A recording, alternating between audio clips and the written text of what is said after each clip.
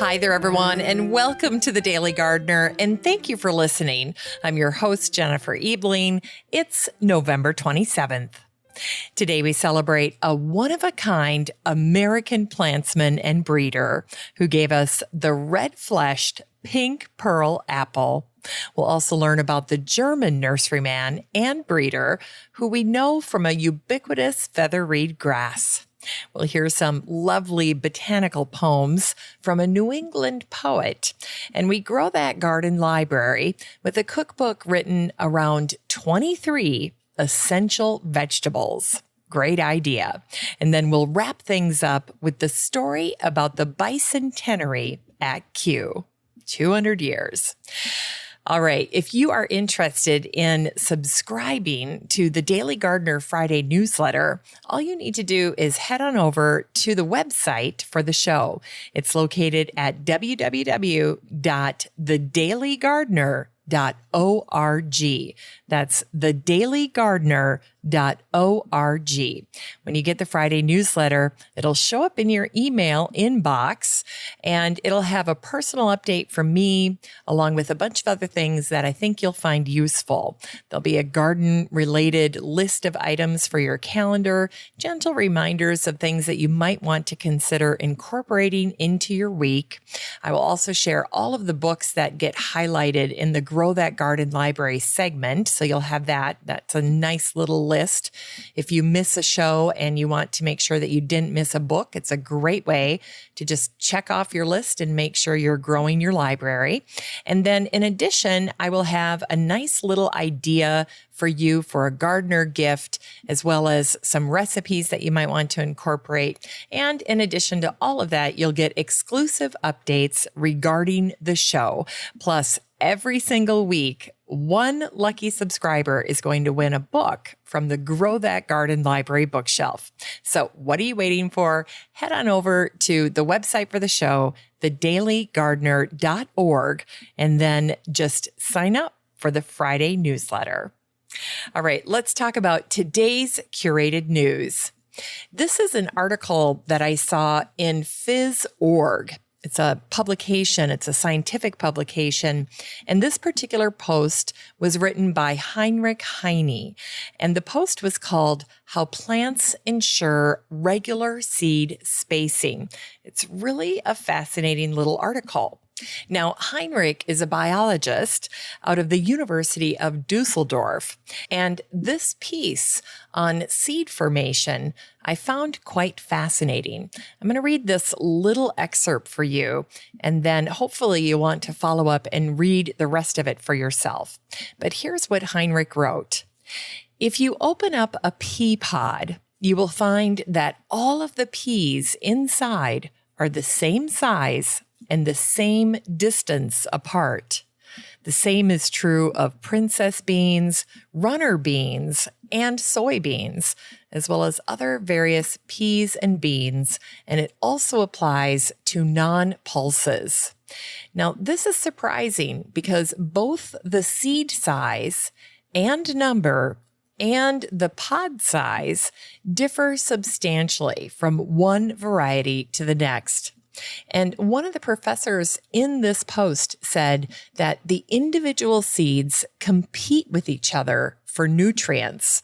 So to ensure that each seed gets an equal supply and can develop well, it's important that the seeds are spread as evenly as possible at equal distances in the pod. So once again, Mother Nature has this all planned out, and it really is a miraculous process. You know, I'd never considered seed spacing before, but the next time you get a chance to open up a pea pod or any type of bean or pulse, it's worth checking out and it's worth showing to your kids, because this is one of those cool aspects of horticulture that they will find very interesting.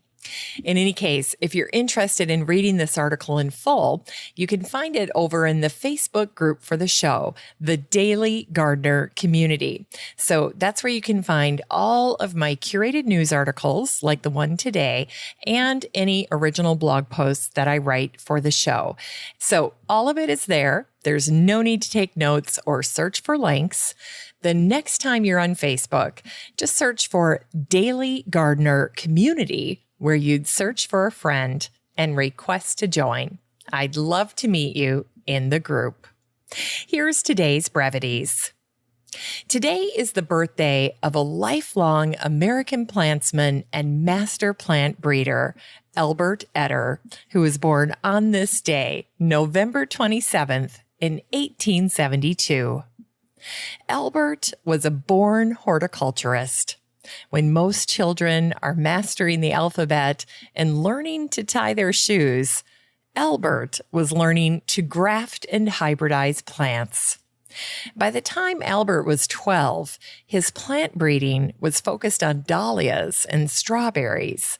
His local newspaper in California reported that he had over 200 varieties of dahlia, thanks to his efforts in cultivating new hybrids.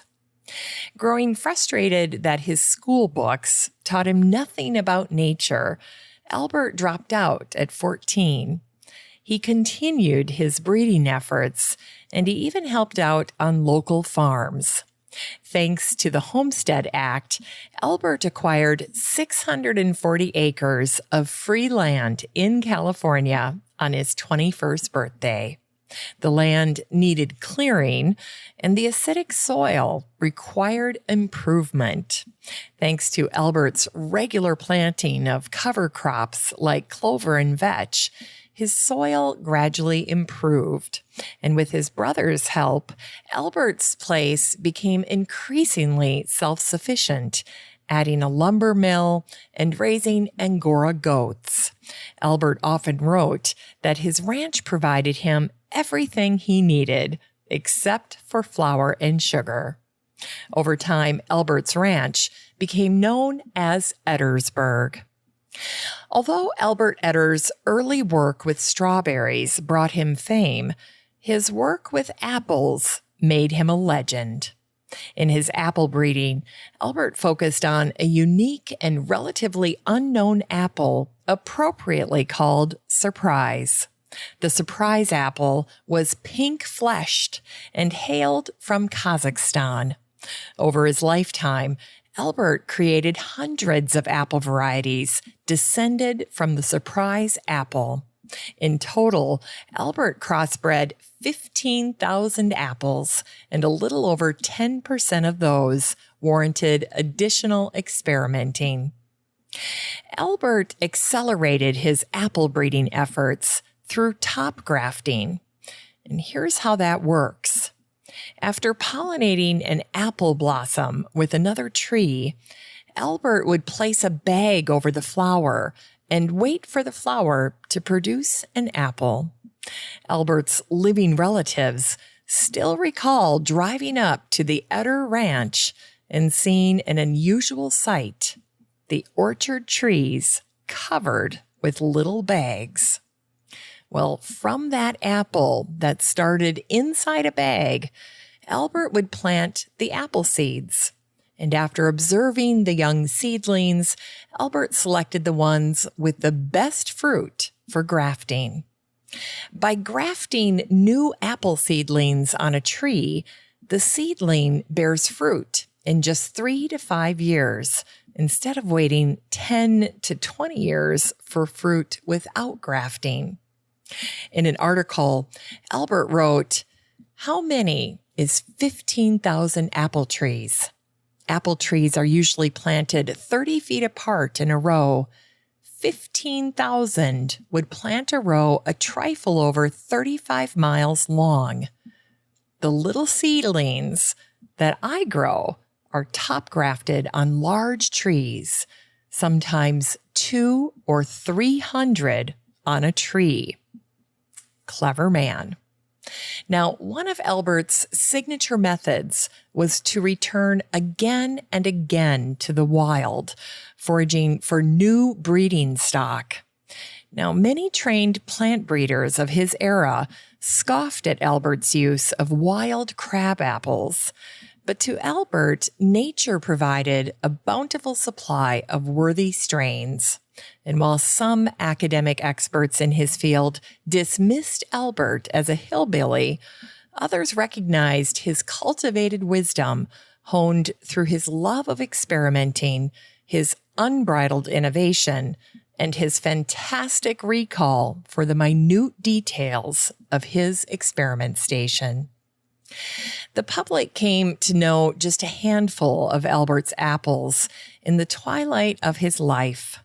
In 1944, 6 years before his death, 6 Etter apple creations finally went mainstream after appearing in the California Nursery Company catalog: Alaska, All Gold, the Humboldt Crab, John Wynne, Pink Pearl, and Wixon's Crab.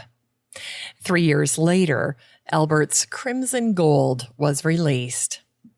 Today, the Pink Pearl is the most famous of Albert's creations. With its red flesh and beautifully blushed golden translucent outer skin, the Pink Pearl remains a sensation. In 1950, Albert died on a Sunday in November on his ranch near Ettersburg in Humboldt County. He was 78.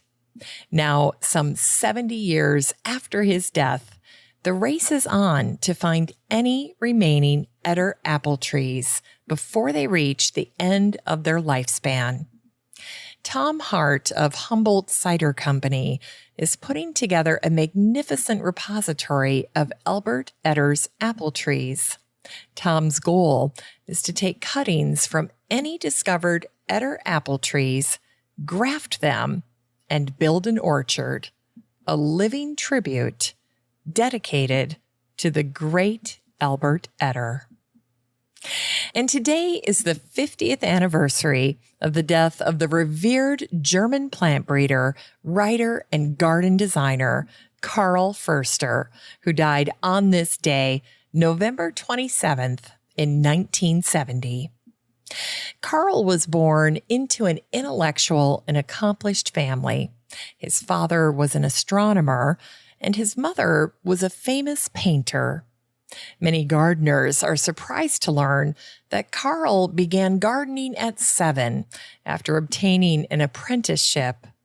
At the age of 8, Karl entered a professional gardening program, and he studied there for 11 years.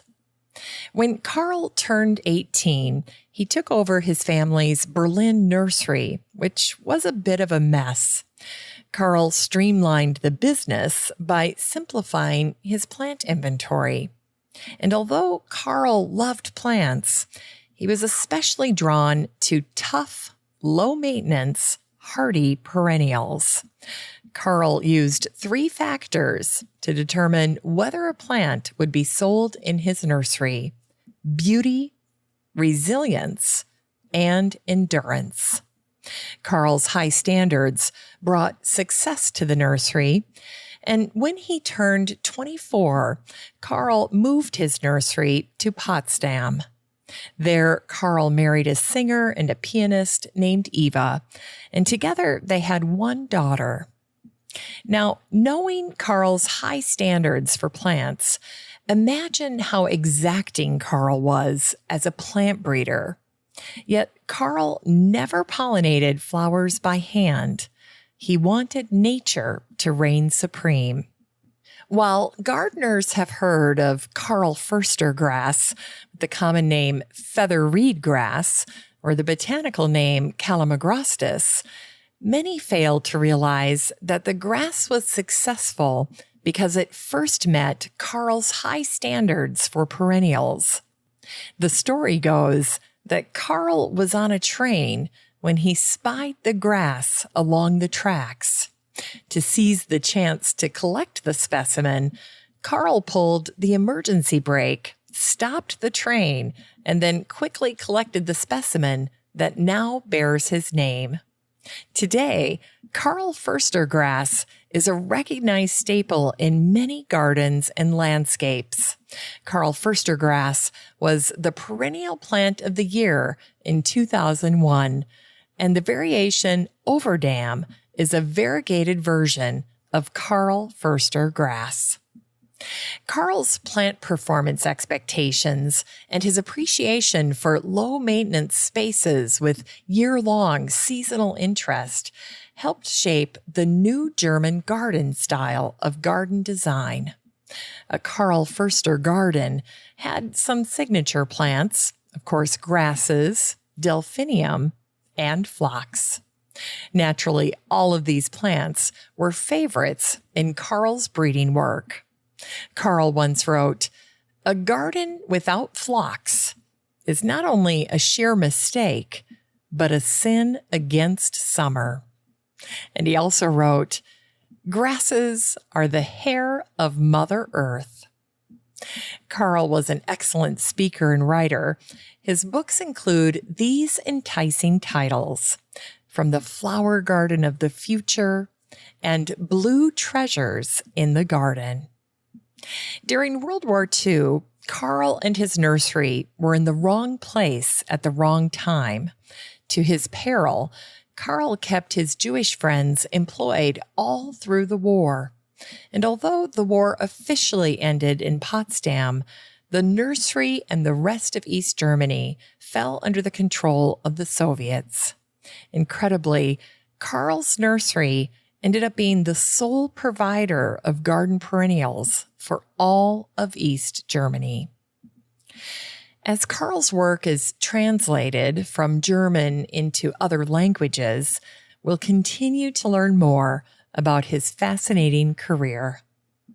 The garden publisher and writer Thomas Fisher wrote this about Karl Foerster. "It wasn't until I made a trip to Germany in the fall of 1993 that I finally found the mother lode of Foerster delphiniums.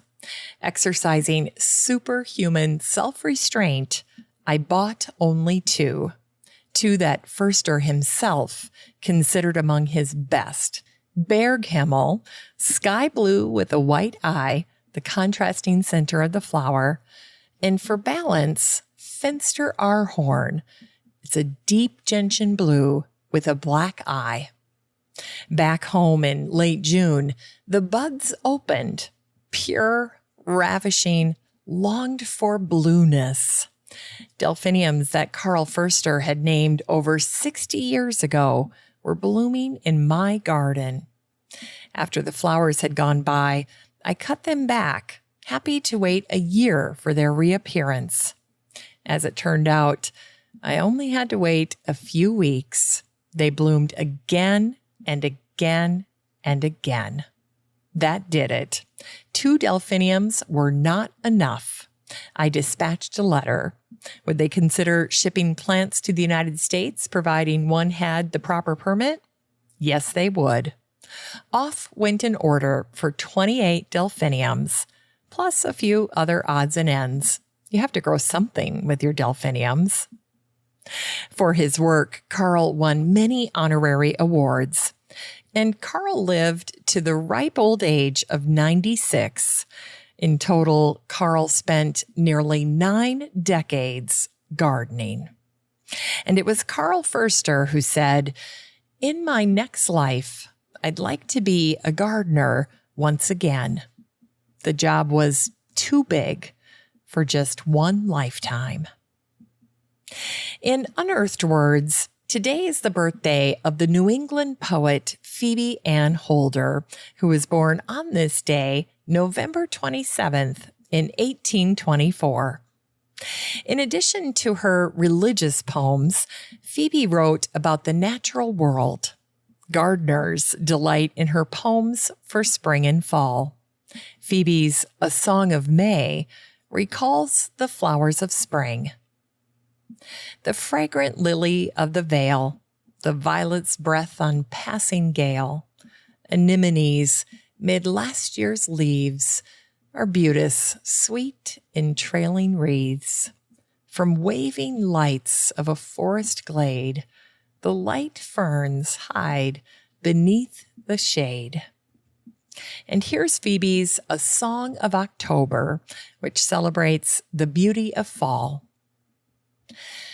The softened light, the veiling haze, the calm repose of autumn days. Steal gently over the troubled breast, soothing life's weary cares to rest. It's time to grow that garden library with today's book, The Vegetable Garden Cookbook by Tobias Rauschenberger and Oliver Burkott. This book came out in 2015, and the subtitle is 60 Recipes to Enjoy Your Homegrown Produce. In this cookbook, Tobias and Oliver focus on 23 rock star vegetables that you can grow in your own sweet garden. Now, these 23 vegetables include eggplant, cauliflower, beans, broccoli, mushrooms, asparagus, peas, fennel, cucumbers, potatoes, corn, squash, chard and carrots, peppers, parsnips, radishes, beets, spinach, tomatoes, cabbage, zucchini, and onions. This book is incredibly versatile, and there's something for everyone, whether you're a vegan, vegetarian, or omnivore. Standout recipes include creamy pea soup with bacon foam, stuffed zucchini rolls, Hungarian goulash, beet pizza, and an Asian chard and honey duck sandwich. Now, that sounds fantastic. This book is 176 pages of growing, cooking, and eating vegetables from a top 23 list of them, and it guides you through some incredibly easy and versatile recipes for everyone around the table.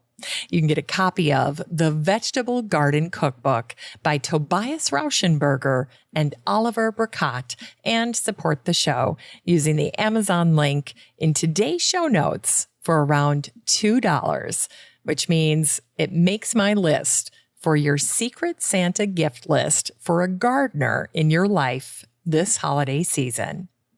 Finally, here's something sweet to revive the little botanic spark in your heart.